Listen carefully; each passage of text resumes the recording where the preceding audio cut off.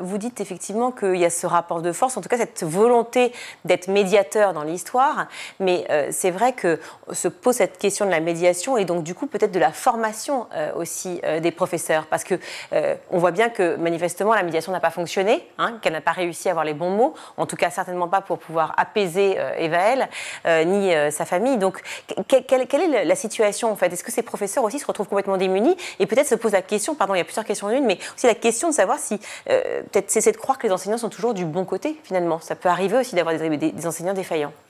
Oui, ça peut parfaitement arriver d'avoir des enseignants défaillants, comme à peu près dans toutes les professions du monde. Hein, il y a des psychopathes partout, donc on ne va pas dire que tout à coup les enseignants en sont exempts.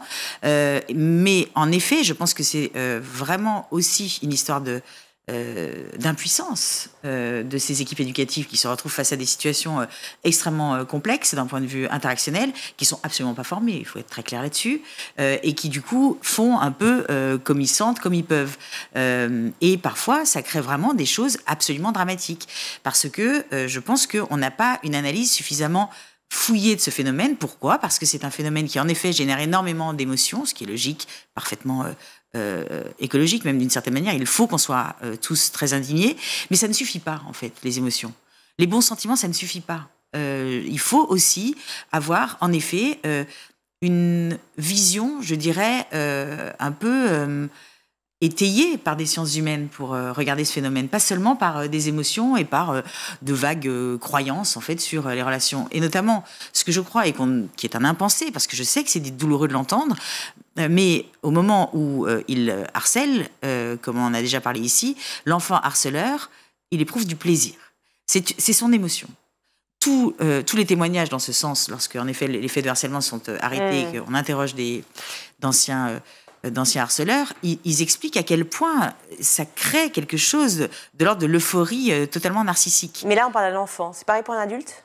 Mais c'est pareil pour un adulte, absolument. Je veux dire, et d'ailleurs, les enfants qui ont éprouvé ce plaisir-là extrêmement narcissique, avec une espèce de réputation qui se crée, qui est de plus en plus positive, parce que paradoxalement, le cercle vertueux, entre guillemets, dans lequel ils sont eux, c'est que ils peuvent harceler parce qu'ils ont une réputation un peu de leader, un peu de bonhomme, quoi, vous voyez, et que, du coup, le fait même de harceler augmente cette réputation. Et donc, en fait, d'une certaine manière, ça tourne comme ça se nourrit, en effet, exactement.